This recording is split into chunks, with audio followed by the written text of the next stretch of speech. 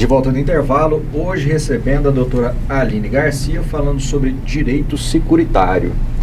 Doutora Aline, para o nosso telespectador leigo, como se dá essa contratação entre o consumidor ou o futuro segurado e a seguradora?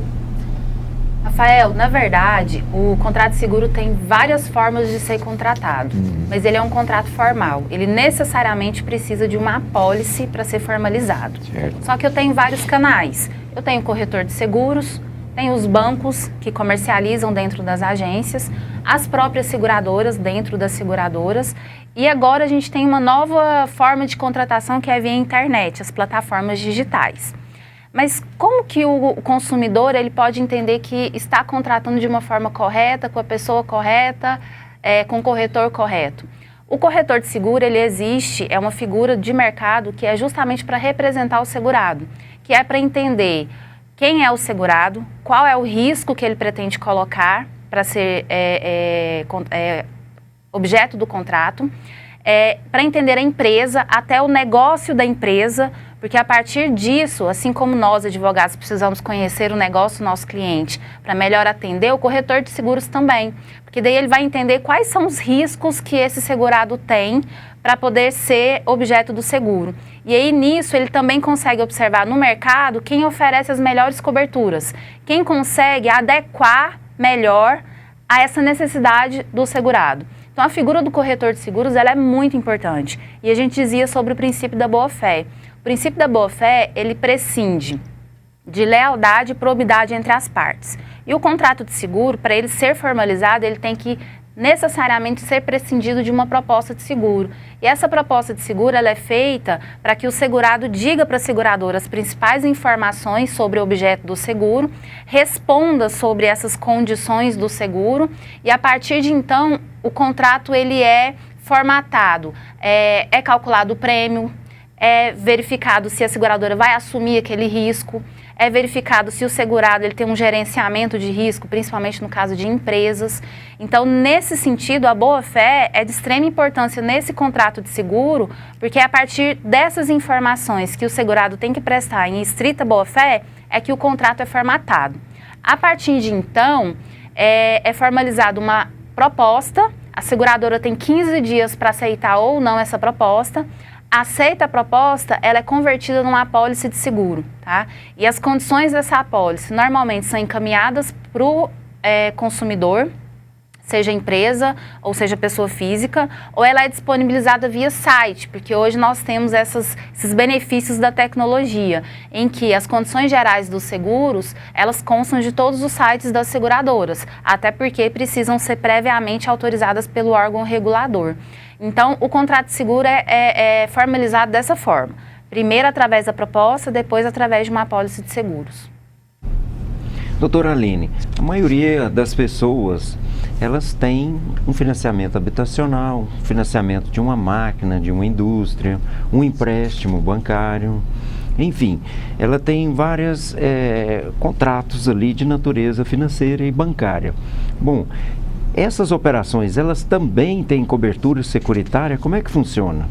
Sim, na verdade, Tênio, esses tipos de produto, eles inclusive influenciam no mercado e na própria economia. Quando a pessoa vai fazer um financiamento e tem um seguro por trás e ela tem condição de ter essa estabilidade de que havendo algum evento, o seguro vai efetuar o pagamento desse financiamento, necessariamente dá uma certa confiança e segurança de financiar. Então, o que acontece? Essas pessoas, elas buscam financiamento, nesse momento é oferecido um contrato para ela, seja de financiamento imobiliário, seja de um maquinário, seja de um veículo.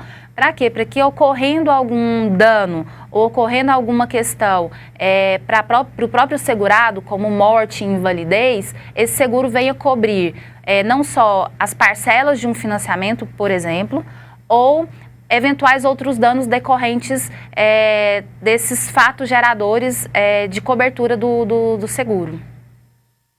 E nesses casos, só complementando a pergunta, o tomador do seguro, ele tem a opção de escolher a seguradora ou não? É um contrato que, embora seja obrigatório no caso de obras civis, ele não é um contrato obrigatório no caso de financiamento, então ele é um contrato facultativo. eu posso fazer um financiamento e optar por não contratar o seguro. E eu posso também escolher a seguradora com quem eu quero contratar. O que acontece é que muitas vezes as seguradoras que são vinculadas a bancos, elas já oferecem esse produto. E aí o que acontece? O segurado ele tem que avaliar se esse banco que está oferecendo esse financiamento e esse seguro tem as melhores condições para que ele contrate.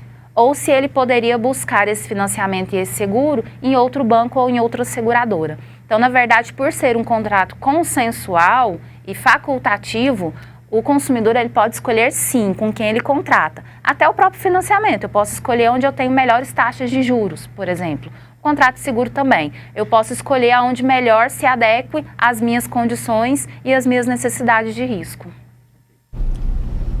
Doutora Aline, agora eu quero escutar como presidente da Comissão de Direito Securitário. Vamos lá, vamos falar um pouquinho de legislação. Como era a legislação antes do novo código? Quero 3 aspectos. Se essas alterações foram consideráveis, no caso, essas alterações, eu gostaria de escutar o seu ponto de vista e quais foram as mudanças, no caso, de um aspecto geral, que impactaram, por favor.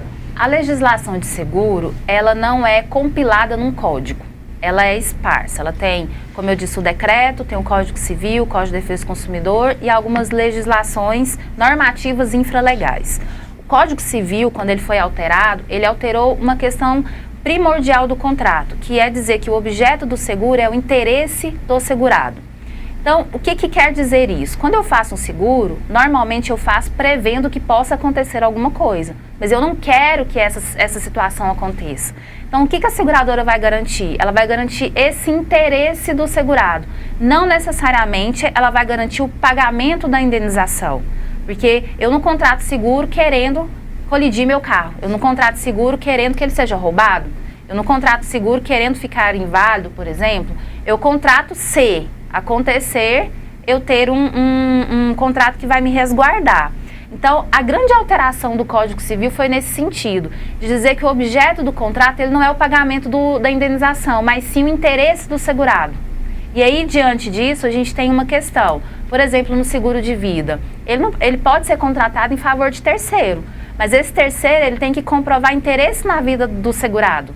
Não pode ser, por exemplo, qualquer pessoa contratar o seguro de vida para alguém, para ela receber a indenização. Eu tenho que comprovar, por exemplo, que eu tenho interesse na vida desse segurado. Então, isso modifica sim quando você trata de alguns ramos especificamente, mas de uma forma geral em todos os ramos de seguros. Então, é considerável. É considerável. Então, essa mudança gera, no caso, é bem ampla, no caso, impacta diretamente... Na verdade, porque é uma mudança conceitual. Embora a população tenha uma visão de que eu pago o seguro, mas eu pago à toa porque eu não vou receber a indenização, na verdade é porque é uma visão deturpada. Como eu disse, eu faço o seguro para me resguardar, eu não quero que aquele evento ocorra. E aí, o que a seguradora garante é esse interesse do segurado, não necessariamente o pagamento da indenização. A mudança maior ficou nisso. Isso. E assim, por que isso funciona dessa forma? Porque um dos princípios do contrato de seguro é o mutualismo, onde todos colocam um valor dentro de um fundo comum, em determinada carteira, e a partir desse fundo as indenizações são pagas. Então, obviamente que quando a seguradora faz uma precificação de determinado produto, ela vai considerar não só o risco daquele segurado, mas ela vai considerar também se aquela carteira é uma carteira que tem muita sinistralidade, tem muito evento passível de cobertura, e se essa sinistralidade tem um valor muito alto para ser pago. Então, nisso daí também, a gente tem que, essa alteração faz diferença. Doutora Aline, foi falado aqui a boa-fé, né, o princípio reitor dessa relação do direito securitário, e também que o direito securitário ele está fulcrado em legislações esparsas, né, utilizando-se o Código Civil, o Código Consumidor. Na sua experiência, no que tange a responsabilização criminal, quais são as principais condutas passíveis de ser alcançados pelo direito penal, por exemplo? Principalmente nos casos de fraude, Roberto. O que acontece muitas vezes é que é identificado na regulação ou na sindicância que houve de fato uma fraude. E Esse segurado ou esse terceiro beneficiário, como eu disse no exemplo da esposa que acaba matando o esposo, é um terceiro beneficiado. Ele é identificado e aí quando a seguradora tem a materialidade desse crime, ela faz a denúncia, muitas vezes não só por estelionato, mas também por formação de quadrilha, porque depende muito ali da situação. E muitas vezes também é na própria sindicância da seguradora que é investigado e é apurado, por exemplo, um caso desse de homicídio, infelizmente. Não só no inquérito policial do homicídio, mas também lá na regulação de sinistro, que fomenta um pouco dessa instrução lá da investigação. Então, assim, principalmente nos casos de fraude. Mas é tão importante falar sobre isso, porque a fraude ela não acontece só em grandes situações. Quer ver uma fraude simples que muita gente comete e não sabe que é fraude? Quando eu colido meu carro com alguém, eu não sou culpada pelo acidente, e aí eu digo o seguinte, paga a minha franquia que eu declaro para a seguradora que eu sou culpado. Simples, não é? O terceiro vai pagar a minha franquia, que é um valor mínimo, a seguradora vai cobrir os danos do meu carro e do carro do terceiro.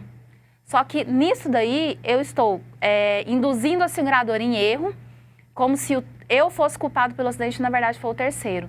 Nesse caso eu prejudico não só a seguradora, que vai pagar a indenização para esse terceiro, porque para o segurado necessariamente ela pagaria. Vai pagar a indenização para o terceiro, mas eu prejudico uma coletividade, porque uma vez que eu pago indenizações indevidas, isso vai diretamente para onde? Para o prêmio que todos pagam. Então, aí também, e dentro dessa questão também de fraude, dessas indenizações indevidas, a gente chama atenção para a função social do contrato de seguro. A Constituição fala da função social como um vetor da ordem pública, mas o Código Civil traz isso para o contrato de seguro também. Por quê? Porque ele interfere na economia, porque ele interfere na rotina e na vida de todos, entendeu? Então, também é um princípio importante que tem que ser avaliado como um todo. Obrigado, doutora. Precisamos chamar agora o intervalo e retornaremos em breve. Obrigada.